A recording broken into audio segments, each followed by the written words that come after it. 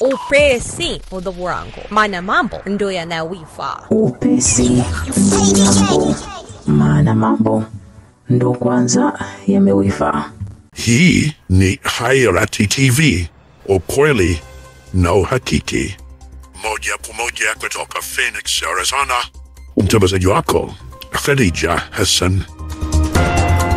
أهلا وسهلا ومرحبا. السلام عليكم ورحمة الله وبركاته. Uhali gani na habari gani wewe mpenzi msikilizaji na mtazamaji wa channel hii ya Hayati TV. Sinabudi ya kukaribisha kwa mara nyingine tena katika vipindi vyetu. Jambo kuu ambalo tuko nalo siku leo, tutaangazia uchaguzi mkuu ambao umeweza kufanyika huko nchini Tanzania. Lengo kuu ambalo liko hapa ni usia kwa yale ambayo yanajiri. Siwezi kuzungumza mengi sana, lakini nataka tuchukue pointi kadhaa ambazo zinaweza kuwa ni muhimu kwa mwenye ufahamu na hikma na busara, basi anaweza kufanyia kazi haya. Ikumbuke kwamba hatuko tunaegemea upande wowote ule. Basi nikukaribishe na ukaribia haswa mpaka pale nitakapotia nanga. Nimemchagua shehe mmoja ambaye aliweza kufikisha hutuba ambayo inaweza kuwa na mazingatio yaliyo makubwa. Ni shehe gani huyo? Basi kaa chonjo nami na utaweza kumsikiliza akiweza kutukumbusha ambayo yaliweza kujiri katika nchi jirani ambazo zinaizunguka Tanzania. Ni mazingatio yaliyo makubwa kwa mwenye akili na ufahamu, ataweza kufahamu vyema. Karibu na ukaribia haswa basi.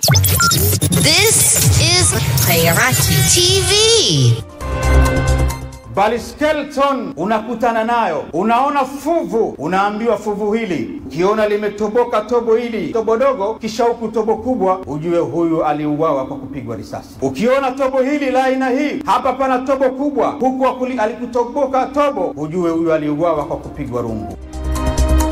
Huyu ambaye umeweza kumsikia kidogo katika kipengele hicho ni Sheikh Abdullahi Masawi. Anafahamika hivyo, ni sheikh maarufu huko nchini Tanzania. Hotuba hii aliweza kuzungumza Ijumaa iliyoisha ambayo ni kabla ya uchaguzi mkuu nchini Tanzania. Hotuba hiyo iliweza kuchukua muda wa dakika 48. Aliweza kukemea na kuhusia mengi, lakini jambo lake kuu kabisa ilikuwa ni Watanzania kuikumbatia amani. Mimi nataka tuweze kujirejea vipengele ambavyo ni muhimu sana ambavyo aliweza kuvizungumza, na inaweza kuwa ni mazingatio kwa kila Mtanzania ambaye ataweza kusikiliza kipindi hichi, aweze kutafakari kwa makini na aweze kuchukua hatua sahihi. Kumbuka, hatupo tunaegemea sehemu yoyote, bali tunataka usalama na amani uweze kurejea katika nchi yenye kitovu cha amani. Katika hotuba yake mnamo dakika 5 na sekunde 51 aliweza kuzungumza maneno mazito na yenye mazingatio yaliyo makubwa kwa mwenye ufahamu ulio makini. Nimekwenda Rwanda ndugu Waislamu, katembelea genocide, yale mauaji ya kimbari ambayo 90% yalitokana na ukabila na udini na asilimia zingine ni siasa. Ndani ya museum, majumba ya makumbusho, na serikali ile imeacha maeneo yale na athari zake ili watu waje wajifunze.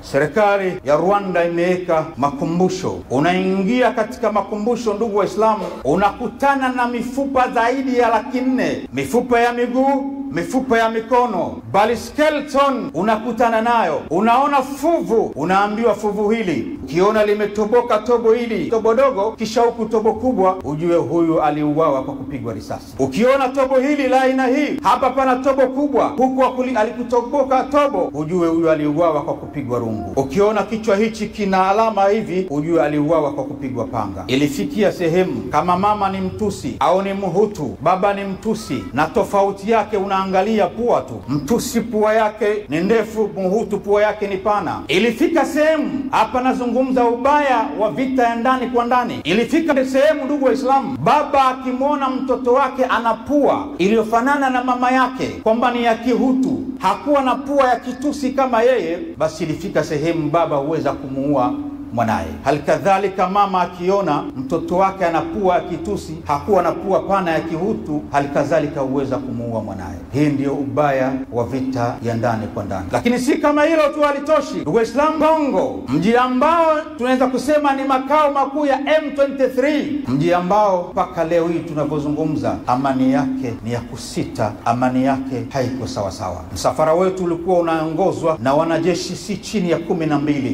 kwa ajili ya kuilinda amani. Lakini leo hii katika nchi yetu ya Tanzania, shekhe anapotaka kutoka hapa kwenda Kilimanjaro kufanya da'wa, ahlan wa sahlan wa marhaba. Akitaka kutoka hapa kwenda Zanzibar kufanya da'wa, ahlan wa sahlan wa marhaba. Akitaka kutoka hapa kwenda popote kufanya da'wa, kwenda Kigoma, kwenda wapi, ahlan wa sahlan, kwa raha mustarehe. Tuilinde amani ya nchi yetu.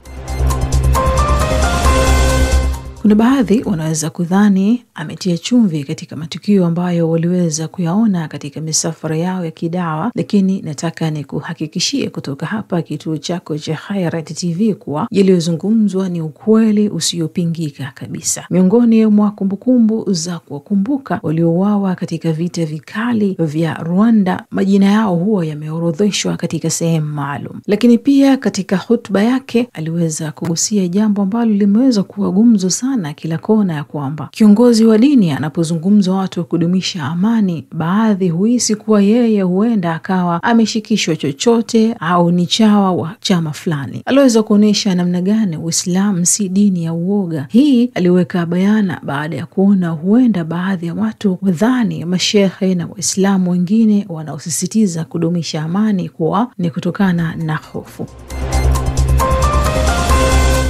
Tunapozungumza amani, msidhani Uislamu ni dini ya uoga. La hasha wa kalla, Uislamu sio dini ya uoga. Tunapozungumza amani ni kwa sababu ya maslahi ya taifa, maslahi ya Waislamu na wasiokuwa Waislamu. Lakini isiyakawa tukizungumza amani mtu akahisi Waislamu ni waoga. La, ukienda katika Al-Maida kule, Mwenyezi Mungu Subhanahu wa Ta'ala anaonyesha umuhimu na ubora wa yule ambaye atapigana jihadi. Kama Uislamu ungekuwa ni dini ya uoga, isingeruhusiwa kupigana jihadi. Anayekwenda katika vita vya jihadi anafahamu imma auwe imma auawe. Na Sayyidina Umar aliwahi kusema kuambia makafiri, nitawatumia jeshi, mwanzo wake ni kwangu mimi na mwisho wake ni kwenu nyinyi, na kama vile mnavyopenda kuishi basi sisi tunapenda kufa. Huu ndio Uislamu. Kwa sio kila anayeongea amani manake ni mwoga wa kupambana. La, hivi ndivyo dini yetu inavyotufundisha. Muelewe ndugu Waislamu, msipelekwe na mawimbi haya. Lazima muelewe kana kwamba ikitokea la kutokea, na ndio maana nimewatofautisha. Fujo ya ndani ya nchi ni mbaya zaidi kuliko fujo ya nchi na nchi. Hivi ni waulize wazee ambao walikuwa vijana au walikuwa na umri wa kuelewa miaka ile ya 79 80, wakati vita vya Kagera vya Tanzania na Uganda. Dar es Salaam tulikuwa tunajua kama kuna vita, sio wanapigana huko mpakani huko, lakini vita ya ndani inaanza kutafuna nyumba yako na nyumba ya jirani yako. Lazima ndugu Waislamu tuwe na akili. Sisi kama viongozi wa dini tunayo haki ya kuwakumbusha nyinyi Waislamu na kuwakumbusha Watanzania umuhimu wa amani hii. Msikilize Mtume Muhammad sallallahu alayhi wasallam, mtume ambaye Mwenyezi Mungu amemsifu, wama yantiku anil hawa in huwa illa wahyun yuha. Anasema Mtume Muhammad sallallahu alayhi wasallam, man asbaha minkum aminan fi sirbihi, yoyote atakayeamka akapambazukiwa na asubuhi akiwa na amani katika eneo lake. Moja, muafa fi jasadihi. Jambo la pili, akiwa na afya katika mwili wake. Tatu, indahu qutu yaumihi, akiwa na tonge, akiwa na chakula chake cha siku ya hiyo. Mtu huyu akiwa na mambo haya matatu, ndugu Waislamu, amezungukwa na amani katika eneo lake, ana afya katika mwili wake, ana chakula cha siku yake. Siku Mtume hajazungumzia wiki wala mwezi wala mwaka, akasema indahu qutu yaumihi, akiwa na chakula cha siku yake hiyo aliyopambanukiwa asubuhi yake. Famadha qala an-nabii sallallahu alaihi wasallam, Mtume asema faka annama hizatu lahu dunya bihadhafiriha. Sallu ala an-nabi. Mtu huyu anakuwa ni kana kwamba amemiliki dunia na vyote vilivyomo katika dunia hiyo. Umuhimu wa amani katika Uislamu. Yako mambo mengi yanayojadiliwa, na nikwambie tu ya kwamba uelewe, wala Uislamu hauungi mkono mtu kuuawa kwa dhulma, wala Uislamu hauungi mkono mtu kutekwa kwa dhulma, wala Uislamu hauungi mtu mkono kupigwa kwa dhulma. Uislamu ni dini ya usawa, na haya tunaongea kwa pande zote, kwa raia na viongozi, ili taifa letu libaki salama. Taifa letu libaki salama, asitokee mwenye kutekwa wala asitokee mtekaji, asitokee mwenye kuua wala asitokee asitokee muuaji. Mtume sallallahu alayhi wasallam amewahi kusema, akatoa kwa mfano ili watu waelewe, akisema mfano wa wale wenye kusimamia mipaka ya Allah tabaraka wa taala na wale ambao wapendi mipaka ya Allah ni sawa na watu ambao wako katika jahazi moja. Jahazi hili lina ghorofa moja. Katika safari wanaelekea, maji ya kunywa wanamiliki wale waliokaa ghorofa ya kwanza juu. Hawa waliokuwa katika bechi ya kwanza hapa chini hawana maji ya kunywa maskini. Kwa kila wanapotaka maji ya kunywa hupata tabu ya kupanda juu na kuwaomba watu wa juu maji. Sikiliza vizuri maneno ya Mtume Muhammad sallallahu alaihi wasallam. Ikafika muda wale walioko chini wakaona tabu kupanda juu. Wakasema, kwa nini tupate tabu ya maji? Kwa nini wanamiliki hawa wa juu tu maji? Mnaonaje katika ziwa hili tuliokuweko ambapo mashua yetu, boti yetu, jahazi letu linapita humu, mnaonaje tukatoboa kidogo boti letu au jahazi letu ili na sisi tupate maji kutoka chini kwa wingi? Mtume akasema, mkiwaacha hao wafanye hivyo, sikiliza vizuri, halaku hao wataangamia na nyinyi mlio juu mtaangamia. Sallu ala nabi. Hakadha yaqulu Mustafa sallallahu alayhi wasallam. Hivi ndivyo anavyosema Mtume Muhammad sallallahu alaihi wasallam. Ukiwaacha wakadai watoboe ile first floor, watoboe ile achi yao ili wapate maji kutoka chini, kwa kuwa wameona uvivu wa kupanda juu, wameona tabu ya kupanda juu na maji mnamiliki nyinyi juu, basi wataangamia wao wa chini, lakini na nyinyi wa juu alikadhalika mtaangamia. Mifano hii ameitoa Mtume Muhammad sallallahu alaihi wasallam, mfano ambayo inaishi mpaka zama hii.